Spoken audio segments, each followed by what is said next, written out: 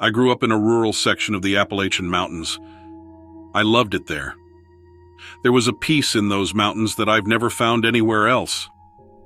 The air was clean and crisp, and the woods were incredibly quiet, which I guess some people don't like. I was used to it though, since it was all I'd ever known. But I had an encounter one year that changed my feelings about the place. It was during hunting season.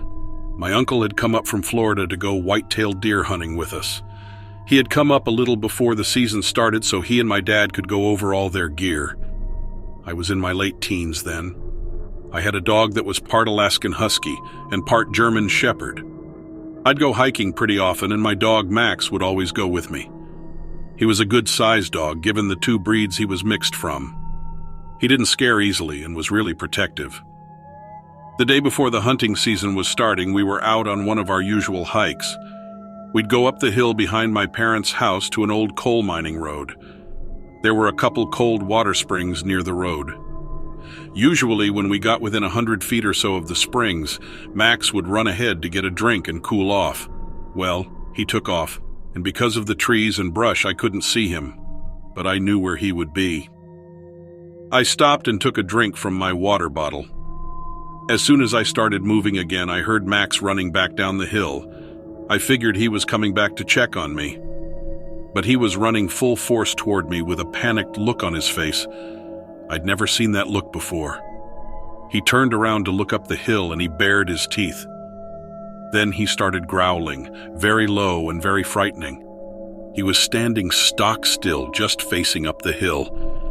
I called his name and he gave a big yelp and took off running full force down the hill again. I thought that was odd, but I kept heading up. I knew Max would just go on home if that's what he wanted to do. I was hoping to see what might have spooked him. There wasn't much wildlife to be feared at the time. Usually just squirrels and chipmunks and possums and stuff. The scariest thing might be a bobcat, but I'd never seen one the whole time I'd lived there. I reached the top of the hill without seeing anything scary. I was leaving when I spotted these antlers through the trees. There was a lot of rustling noise coming from that spot, which was a little weird because, in my experience, deer are usually so silent. I couldn't imagine Max getting spooked by a deer. He'd been around plenty of them. Anyway, I hoped it was a good sign of whitetail in the area for the start of hunting the next day. I turned to head down and suddenly I was hit with this absolutely putrid smell of rotten flesh. Like if you forgot some meat in your fridge for months and then opened it up. I headed out of there and got home and found Max in the yard waiting for me. He seemed really restless, pacing around. I couldn't figure him out. I told my dad and uncle that I'd spotted a deer. They were excited to get going in the morning. We got up at first light and headed out. We were real amateurs when it came to deer hunting. But my dad had found a spot he liked and had set up the pop-up blind the week before. We got to the blind, which was set up near a stand of oaks in sight of the stream. I had binoculars with me so I could do some bird watching while we were sitting there. Waiting on deer can get incredibly boring. You have to be so quiet. Even the snacks we brought were the not crunchy kind. But I was ready to pay attention. We'd probably been there a couple hours when we started hearing this high-pitched sound that sounded like a wounded animal or something. We didn't see anything. It could have been anything. But the next thing that happened was we were hit with the terrible smell of rotting meat. My God, I can't describe it. It smelled like death. My uncle gasped and pointed toward the creek. He had his hand over his nose, trying to cover up the smell. We looked and saw this horrible apparition rise up out of the creek, and it was standing there, 30 yards away. It was something tall and skeletal. The head looked like a deer skull with antlers and yellow eyes glowing out of the sockets. I swear it was 7 feet tall, and it seemed like it had tattered flesh just hanging off its body. It walked on 2 legs, and they looked like the legs of a deer. It seemed like something you would dig out of a grave. But it was moving and scanning the forest. We all just crouched there, peering out of the blind. It didn't seem to have seen us. We were petrified and just stayed quiet and didn't move a muscle. Then it lifted its head and stared into the distance like it had spotted something. And then it just flashed away at superhuman speed. I can't even describe how it moved. It was just gone. We split out of there so fast we couldn't even speak. We all sped down the mountain like our lives depended on it. To this day, we do not know how to explain what we saw. And I'm sad that I don't feel comfortable in those woods anymore. But I feel like that was a real close call.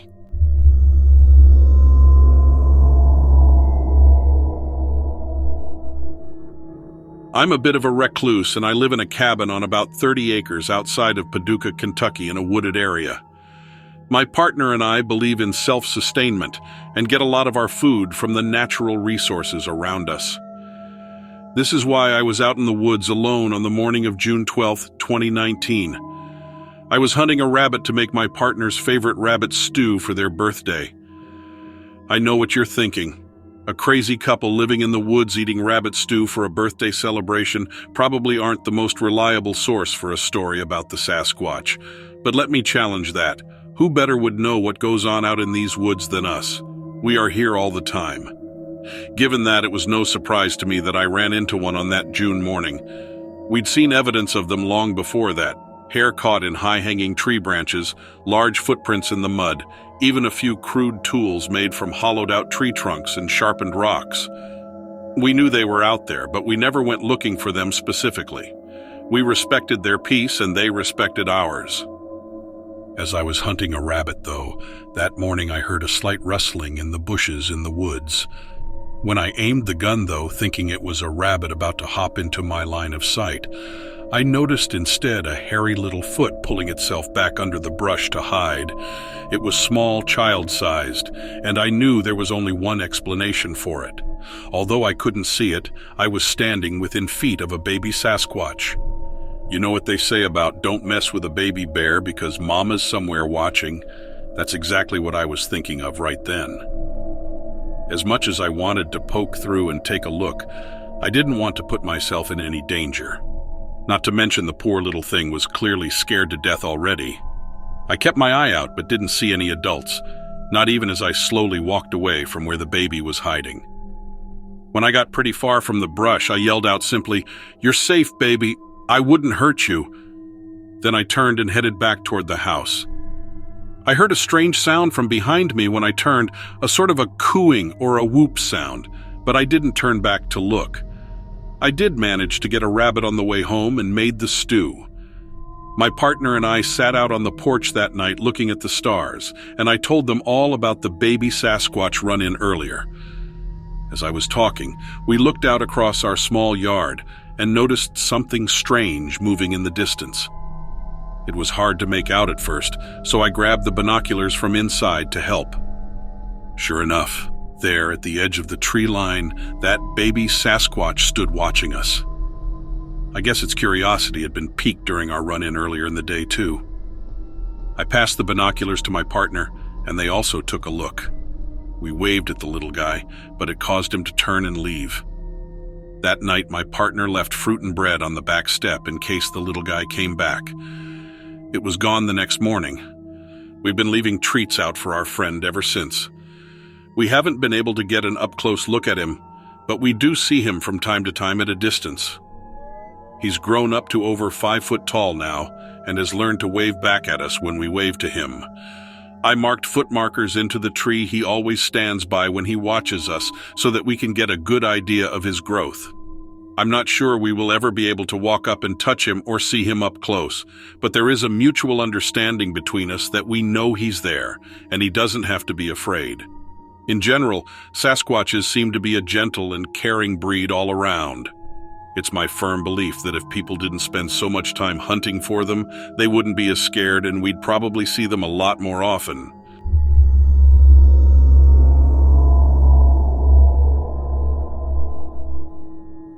I saw an alien. I know that sounds out of this world because I'm not some farmer whose cows keep getting chopped up in crop circles, but I straight up saw an alien more than once. I like to garden, and the building I live in has a rooftop garden, and I rent out a few troughs to grow some stuff, mostly herbs and vegetables, because food is so damn expensive now. It gets pretty crowded up on the roof, what with all the tenants who want fresh air, so I do most of my gardening late at night. I even made the super install motion-activated floodlights up there for me, so I don't have to worry about brining my own light. I've been retired for 7 years, so I don't mind staying up late if it means I get the whole roof to myself. Not too many places in the city you can go for fresh air and have the place to yourself. Anyways, I'm up on the roof digging into some mint when the floodlights start going haywire. They're flickering like it's a disco party. I'm 3 seconds away from throwing my shoe at them when the bulbs burst. A spark hit me in the back of the neck and gave me a burn. This really put me over the edge because I was already in a bad mood. Some of the younger tenants in my building like to crack open a few on the roof after work.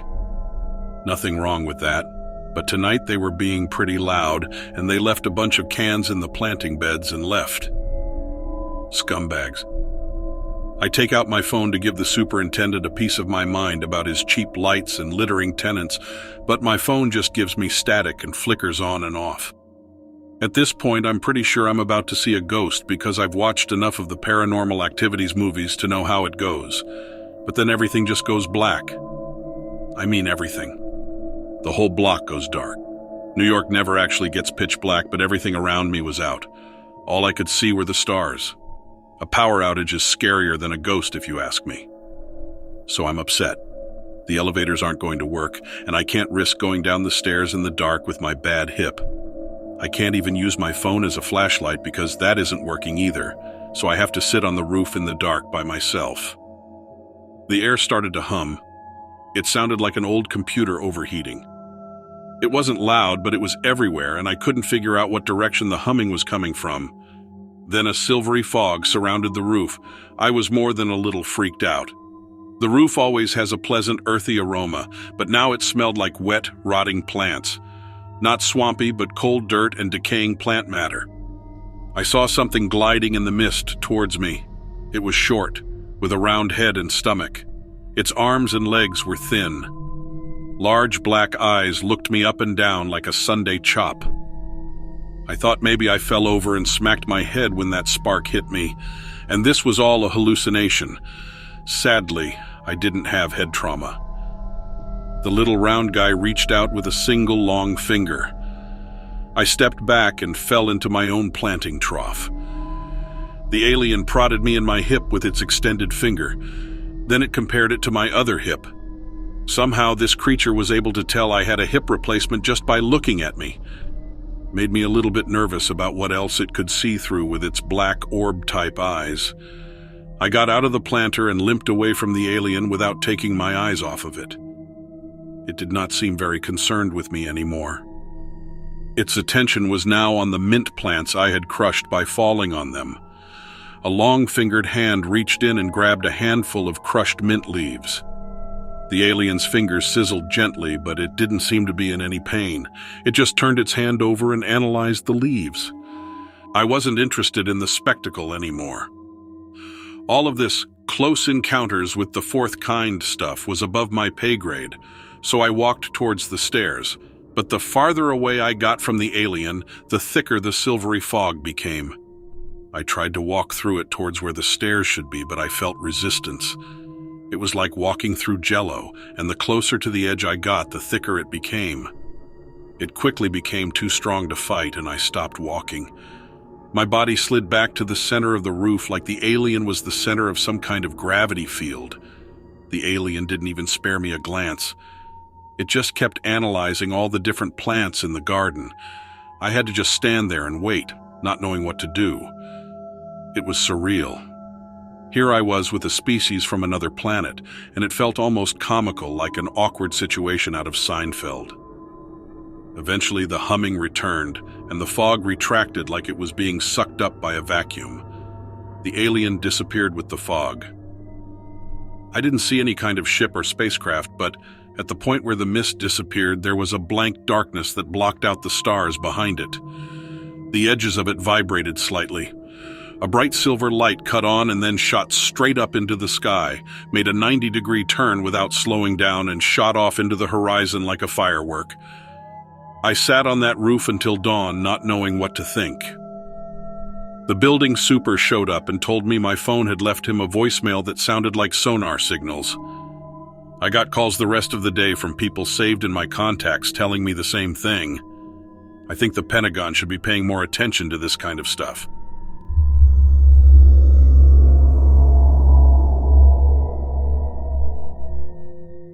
I saw something this week that I think you guys may be interested in.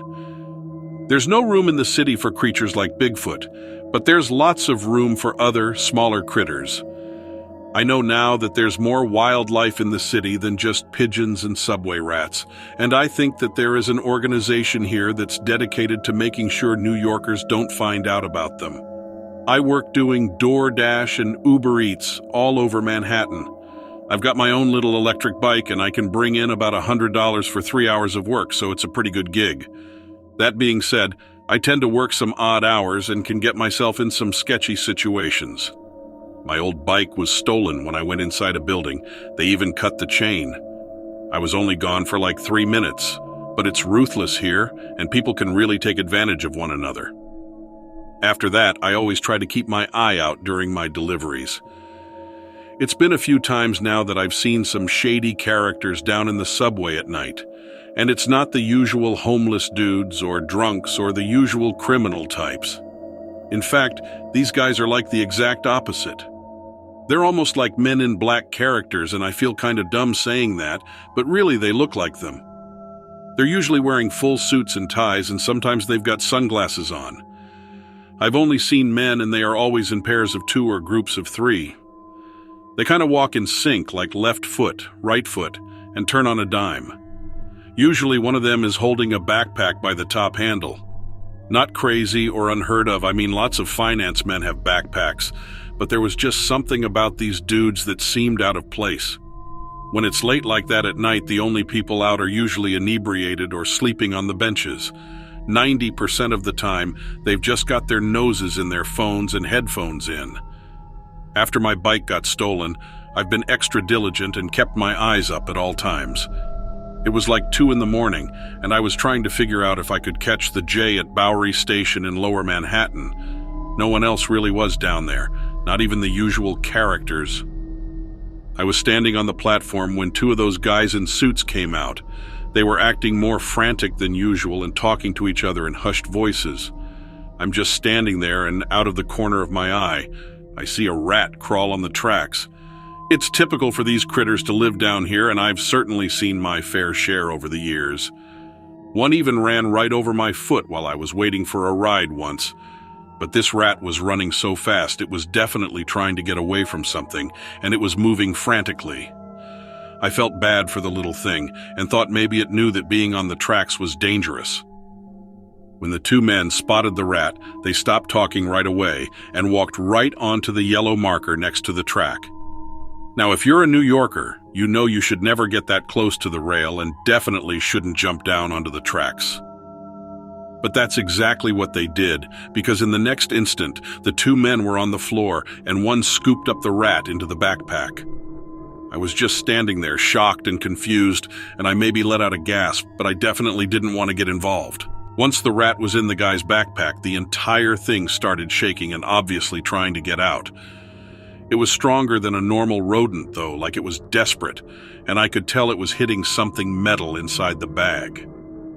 As they were climbing up and off the tracks, the dude dropped the bag, and I could see it starting to rip. The rat was chewing the fabric to bits, and I could hear metal scraping, and like a few seconds later, the rat popped out of the bag. But when it came out, it looked a lot different than it did when it went in. It was like a foot long with a wide-barreled body and huge, sharp teeth. Its eyes were glowing red, and its hair was standing up straight at all angles. The thing had yellow claws, and it didn't look scared anymore. Instead, it was frothing at the mouth and angry. The 2 guys looked terrified and jumped back away from it. We started to hear the subway coming from around the corner, and the giant rat heard it too because its ears started twitching and it ducked into a hole in the grate that led under the platform. The guys pulled out their phones and started to call someone, but I just realized I needed to get out of there as soon as possible, so I hopped onto the train and headed home. I've seen these men before, but I had no idea that they could have been involved in something like this. I don't know if that rat was a mutant or a lab rat or what, but something was seriously wrong about it, and it basically shapeshifted right before my eyes. I'm definitely going to try to stay out of the subway at night.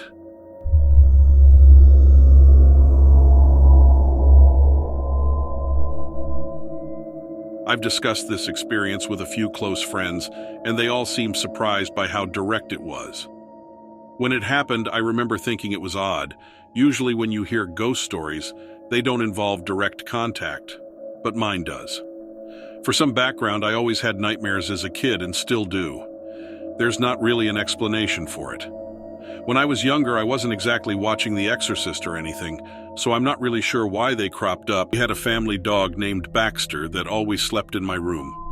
It was summer and pretty hot, so he was sleeping on the hardwood floor because it was cooler. Baxter always made me feel better when I was freaked out because I knew he'd react if something was up. He was sleeping soundly even with the light on, so my racing heart calmed down a little. I tried to wait it out but felt really on edge for some reason. I kept reminding myself that Bax would freak out if something was wrong, but it wasn't helping. Like I said, I was 11 or 12 at the time, and I hate to admit this, but I was scared enough that I decided to go to my parents' room. I used to do this a lot when I was younger, a lot younger, and would just sleep in their bed or on the floor in a pile of blankets. They weren't thrilled with it, but as I got older, I stopped doing it, so it wasn't an issue anymore. This night, I slowly got out of the bed and kept trying to talk myself out of it. It was so embarrassing, but I just couldn't shake the feeling that something was wrong. I grabbed my comforter, quietly opened the door, turned on the hall light, and hightailed it down the hallway to their room. My mom woke up a little when I knocked and explained that I couldn't sleep. She sighed but agreed that I could sleep on the floor. They had a pretty big room and an expansive floor between the end of the bed and the far wall where they had a television. I hunkered down near the TV and got comfortable, my eyes adjusting to the dark as I did so. I just started to drift off to sleep when I felt something move the blanket near my feet. Now, this is a habit of mine. I have to sleep with my feet covered. I usually even roll them up in the blanket a little like a sleeping bag, and this is what I did that night. As I lay there, snapping awake again quickly, I felt the blanket get peeled off of my feet and the air against them. Moving only my legs, I kicked the blanket around until my feet were covered by it again and anchored the edge under my heels. I was practically holding my breath and had just started to calm a little more when it happened again. Laying there in disbelief, I didn't move an inch as the blanket peeled slowly away from my feet. It was tugged from under my heels and I felt the air against my toes. Baxter, I thought. It had to be the dog. But I frantically remembered that he'd stayed in my room, asleep on the floor. He hadn't followed me into my parents' room. Lifting my chin slowly, I looked across the room at the door, silently praying that it was open and he'd crept in. But it wasn't. As I did this, I of course had to look at my feet where the blanket had moved. There was nothing there. I took another quick glance around and there was nothing or no one on the floor with me. I put my head back down and waited, almost scared to breathe. Minutes went by. Just when I was staring to get comfortable, it happened again, almost like a game. This went on for about half an hour. I would adjust the blanket, acting as if nothing was wrong, and it would get moved, sometimes almost up to my knees. I was freaking out at first, but when nothing else happened, I guess I just began to accept it. I have no idea what was messing with me that night, but eventually it stopped, and I was so mentally and emotionally exhausted I passed out. No one else in my family ever mentioned an experience like this, and it never happened again. I'm guessing whatever it wasn't malevolent, maybe just a passing spirit. So not every paranormal experience needs to be malicious. Sometimes it's just...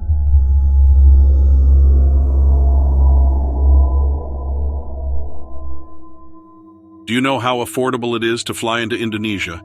At least the area I think of when I think of Indonesia. You know, thatch-roofed lodges, cold showers, and curious macaques looking to steal your luggage. In every direction, a sea of green. I always wanted to experience the rainforest firsthand.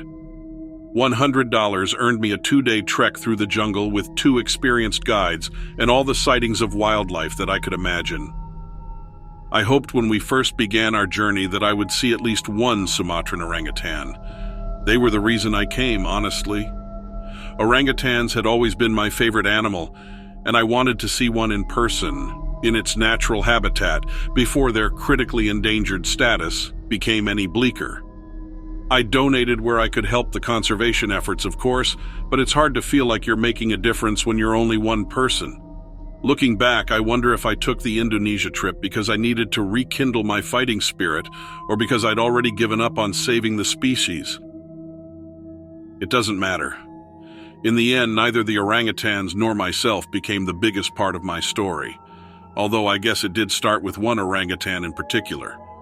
We were only an hour into the first day's trek when the lead guide raised his flat palm toward me. I stopped immediately, and the second guide, who had been following in the rear, ran ahead to join him. They pointed to the trunk of a large tree, where the vines had wrapped coiled around it and formed a second shell. Whatever they were discussing, I couldn't see it. It was just a tree as far as I was concerned. Then they waved me forward. I approached slowly, exactly as they instructed, and soon my eyes landed on the object of their fascination.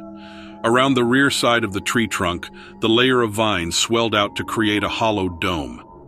Inside that dome, through the bar-like vines, I saw something large and hairy. The Sumatran orangutan. I think I yelped. I was so excited. The guides both glared at me until I quieted down. I hadn't realized it yet, but the orangutan at the base of that tree was frightened. It was hiding. Every few moments it would peek its head out from behind the vines and glance upward. We followed its vision to the canopy but couldn't see anything out of the ordinary. No other primates, no predators. The orangutan was trembling. It didn't even notice that we were standing there. The guides ensured that we gave the animal a wide berth and we continued on our journey. I asked if that kind of encounter was odd. It felt odd. They didn't answer. We stayed silent for a long while after that, only chatting when the guide stopped to point out our first sighting of a particular plant or animal. It was all fascinating, all beautiful, but I couldn't shake the memory of the wide-eyed orangutan from my head. When the sun began to set, we heard the beast that had scared that poor orangutan. Far above us, something in the canopy howled. I'm no expert, but in the time since this encounter, I've tried to identify that howl. The best way I can describe it is somewhere between the cry of a wolf and a chimpanzee. It was loud, high-pitched, and long-winded. When the call finally faded, we all stood frozen in place. The guides didn't need to explain that they'd never heard anything like that. I could see it in their slack-jawed expressions. We watched the tops of the trees, searching the shadows for the source of that strange howl. We didn't want to move and risk provoking the animal that we couldn't see. Then something in those shadows moved. The entire canopy seemed to sway as the thing in the darkness shifted above us. Whatever it was large enough to bend those trees without a grunt of effort. I remember asking if we should run. Instead of answering, one of the guides broke into a sprint. I followed him, leaving the other one frozen in place. I like to think the guide we left behind got out of that jungle just fine. After all, the beast chased the two of us. Branches cracked and dropped from the sky, turning the dense tree limbs into a rain of foliage that fell at our heels as we ran. The creature was massive and powerful enough that it didn't need to be graceful. I tried to catch a glimpse of the animal when I could, looking hurriedly over my shoulder every dozen paces as I tried to keep up with the guide ahead of me. I saw leathery red wings the length of a car. I saw a long snout and pointed teeth, dark eyes the size of my clenched fists and feet with hook-shaped claws. I know that the two of us felt like the shadow of death was upon us. The creature felt inescapable and the jungle felt like it would stretch on forever. But just as quickly as it came, the beast was gone. The only explanation as far as I'm concerned was that we had wandered into its territory. Maybe it had recently moved into that part of the forest and didn't want any intruders, human or orangutan. The guide refunded me and didn't say a word. I had questions that I didn't know how to ask. Instead of asking them, I went home. The heart of Indonesia, I learned, was a dangerous place to be. I know answers aren't coming, not without going back.